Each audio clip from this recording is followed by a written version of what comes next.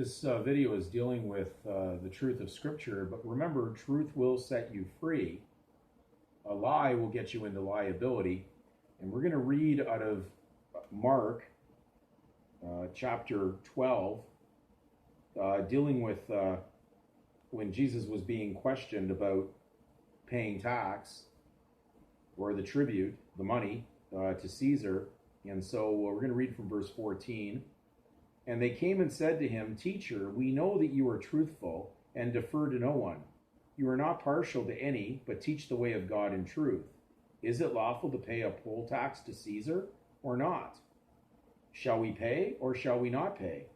But he, knowing their hypocrisy, said to them, "Why are you testing me? Bring me a denarius to look at." And they brought one, and he said to them, "Whose likeness and inscription is this?" And they said to him, "Caesar's." And Jesus said to them, "Render to Caesar the things that are Caesar's, and to God the things that are God's." And they were amazed at him. Now, we have to look at this, that we also have the term alienable and unalienable. We have to look at the word private, and we have to look at the word public in this manner. So first we're going to look at the word private,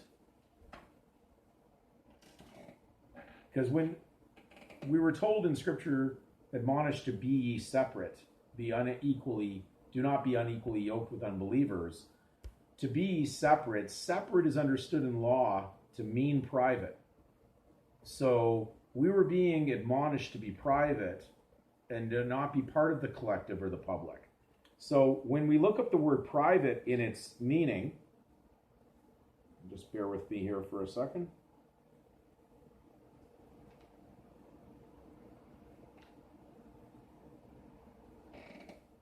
Private. Belonging to oneself, not to the state. To separate. Separate.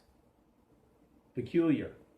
Remember, God chose a peculiar people out of the Scripture, not a public, but they were private, they were separate, they were peculiar. And you will be viewed very peculiar when you go down truth in a world of fiction. So when we're talking just in simplicity, even on a name, and an officer of the law in the legal asks you, "What is your name?" Well, there's a limit to what he's allowed to ask you. He can only ask you as a public officer for what it belongs to the public or the state. And the only thing that belongs to the public is that assigned surname that was placed there to induce you into the public. So can the officer demand you to give your individual name, your unalienable name, to him? Well, let's look at a law case. And this is a case that actually, to some extent, I was involved with in research and know the individual that was involved in this directly. And this is an Ontario Court of Justice. This is the transcript. And what was quoted in it was, "There is no provision in the Canadian legal system which allows an individual to transfer his given names to anyone, whether to a person, a corporation, or a trust. Any document purporting to achieve that goal is in and of itself invalid, and having such a document notarized does not validate the document." So, when we look at the statement of birth record that's filled out at the hospital by the parents, should they have placed the given name on the record or left that literally not applicable? Because it doesn't apply to the state. The only thing that applied to the state was the legal surnames being used by the two legal participants.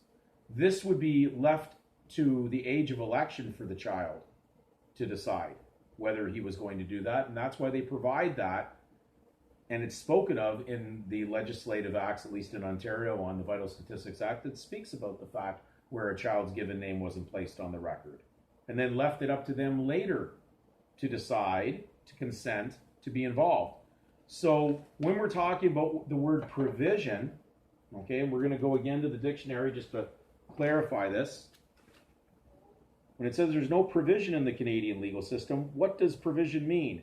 Well, it's a clause, as in a legal document, agreement, etc., stipulating or requiring some specific thing or condition. Well, they don't have the authorization or the authority or the power to demand that. They cannot demand your given name. So that's private, and if you don't state that, well, then when you go in and expose your privates in the public, well, that's indecent exposure. And therefore, you're going to pay the penalty in their world because that was your own consent to do so. And therefore, they're going to have authority to move forward on it because they're looking for someone who's trespassing on their name. And unless they find someone private touching the public, which is unclean, the unclean thing, the dead body corporate, they're going to proceed on you with full force and authority. So therefore, are you rendering to Caesar what is really Caesar's, or are you rendering to them what is God's?